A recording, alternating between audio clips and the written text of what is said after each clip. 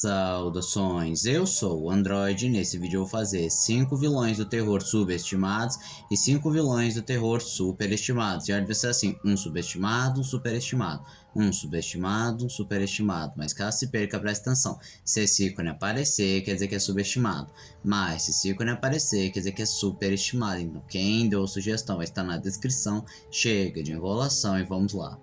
Fred Krueger de Hora do Pesadelo, começando com um personagem não tão subestimado, mas eu vejo muita gente menosprezando, porque fala, eu só não dormi, mas eu tenho sonho lúcido, então eu venceria. Eu vou sonhar a coisa mais bizarra, ele não vai ser capaz de me enfrentar. Só que isso são opiniões burras, ou melhor, opiniões de quem claramente não sabe nada do personagem e nunca viu um filme da Hora do Pesadelo, porque ao começar que é impossível você não dormir, porque hora é uma função fisiológica e você pode literalmente morrer por não dormir. Não serve de porcaria nenhuma se você tem sonho lúcido, se você vai sonhar com a coisa mais bizarra, o Fred vai mudar o ambiente ao seu favor e durante toda a saga ninguém conseguiu vencê-lo no próprio jogo, acabaram vencendo ele ou superando o medo, ou puxando para o mundo real, ou simplesmente utilizando algum elemento específico que naturalmente eles não teriam. E até mesmo a questão do medo, o pessoal subestima demais, falando, é só não ter medo, como se medo fosse igual um botão de liga-desliga.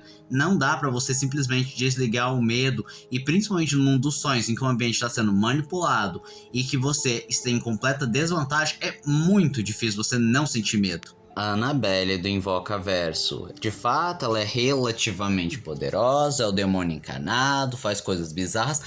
Só que na maioria das vezes ela fica só mexendo na cadeira sozinha. E praticamente, se você não mexer com ela, não provocar, não fazer nada demais, é provável que não aconteça absolutamente nada com você. E também a gente pode entrar na questão de que nenhuma criança teria essa boneca, porque ela é naturalmente assustadora. De fato, é um visual extremamente icônico, mas no fim não é muito prático. Pinhead de Hellraiser. Eu acho que o principal problema para subestimarem o Pinhead é que o pessoal não entende a natureza do Pinhead e dos cenobitas em geral, porque diferente da maioria dos slashers e vilões do terror, ele não é bem mal, ele é mais neutro. Inclusive nem faz sentido chamá-lo de slasher, porque ele não faz o que os slashers geralmente faz, principalmente quando sua natureza neutra. Mas o que eu acho que é o principal problema, que eu acho que subestimam demais, isso ficou evidente naquele vídeo, vilões do terror que o Jason venceria, vilões de terror que ele perderia, em que uma pessoa simplesmente não aceitava que o Pinhead vencia o Jason, e não é só fanboyzismo em cima do Jason, não, é porque simplesmente ele não conseguia compreender que devido à natureza elevada dos cenobitas, eles não podem morrer, ou melhor, eles não morrem no conceito comum que estamos acostumados. E também é dito e mostrado que eles não podem ser feridos por nenhum poder, força ou arma humana, somente armas específicas para matar cenobitas ou que tem algum cunho demoníaco ou angelical, ou seja, fere seres superiores. Pennywise de It a Coisa. Esse aqui tem várias coisas, não só é o fanboyzismo em cima do filme que fez bastante sucesso e consagrou de vez o personagem ou a fama do Stephen King, mas também que tem a questão da Torre Negra, do Macroverso, que ele tem poderes absurdos, que ele é uma entidade da destruição, que consegue fazer praticamente o que bem quiser, mas no fim acabou sendo derrotado por crianças que não tinham nenhum poder absurdo, e quando elas viram adultas nem contam com a ajuda do Maturin, como aconteceu na primeira vez. E aí existe uma certa indignação dessas pessoas que,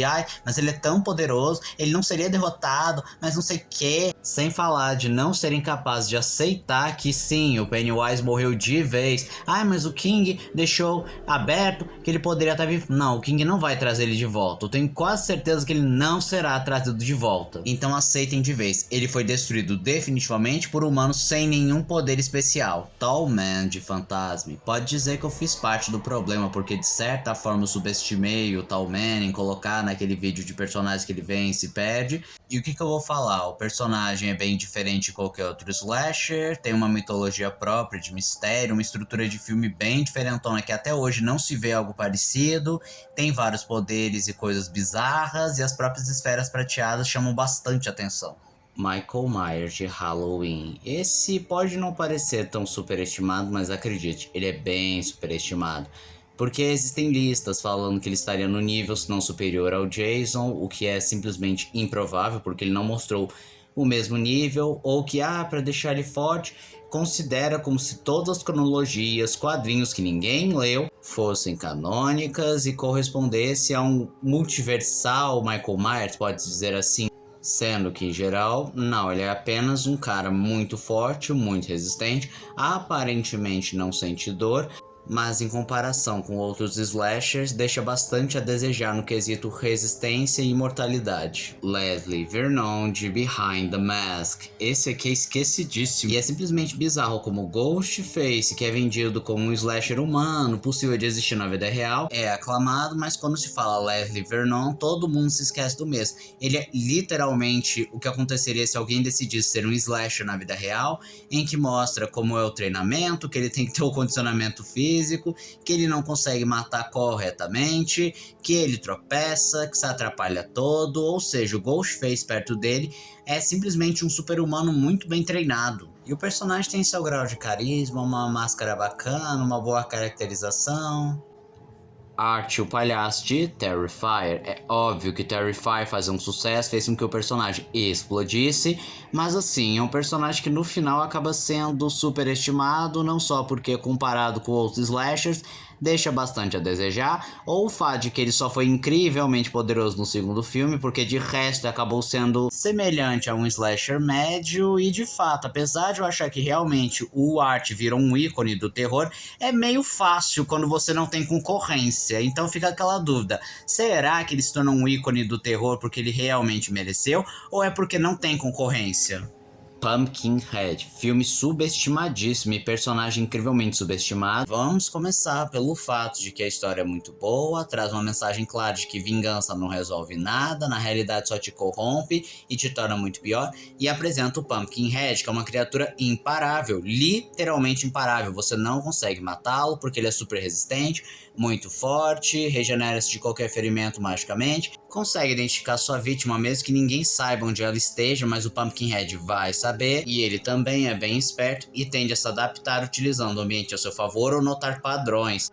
E somente na saga duas coisas fazem ele parar: quando ele conclui a sua vingança ou quando quem pediu a vingança acaba morrendo, porque os dois estão conectados. Mas se não for essas duas ocasiões, ele não vai parar até concluir a vingança. E eu vou relembrar mais uma vez que naquele vídeo dos slashers que venceriam o Jason e os que perderiam pra ele, quando eu falei que o Pumpkinhead venceria o Jason sem problema, teve gente falando, mas o Jason é imortal, mas o Jason não sei o que, ele não sei o que mais, mas o Pumpkinhead também é imortal, não pode ser ferido. E quando eu falo que ele não consegue ser ferido, ele realmente não consegue ser ferido. E também é muito inteligente, poderia facilmente remover as partes do Jason ao perceber que ele está se regenerando ou sequer não morre de qualquer forma. Jason Voorhees, de Sexta-feira 13. De fato, eu fiquei falando bastante dele no vídeo e já perceberam que sim, de fato ele é muito superestimado, porque o pessoal fala, ele não pode morrer, ele sempre volta, e isso tá certo. Agora, o que não é certo é falar que ele é imparável. Ele não é imparável, na realidade ele já foi parado em várias ocasiões, que não obrigatoriamente envolviam matá-lo, e também o pessoal acha que, pronto, é imortal, é resistente, logo ele nunca vai perder. Isso não é verdade. Existem várias formas de você finalizar um combate sem ter que matar. Exemplo, como eu citei que o Pumpkinhead poderia vencê-lo, tipo arrancando os braços e as pernas, deixando apenas o tronco e a cabeça. O Jason não vai morrer, mas ele ficou incapacitado porque não vai conseguir fazer nada sem braços e pernas. E esse foi o vídeo de hoje. Se você gostou do vídeo, se inscreva no canal, compartilhe o vídeo, comente, dê seu like também. Não esqueça de ativar as notificações, chave de like caso gostem dos meus vídeos. Então sou Andróidico, tchau.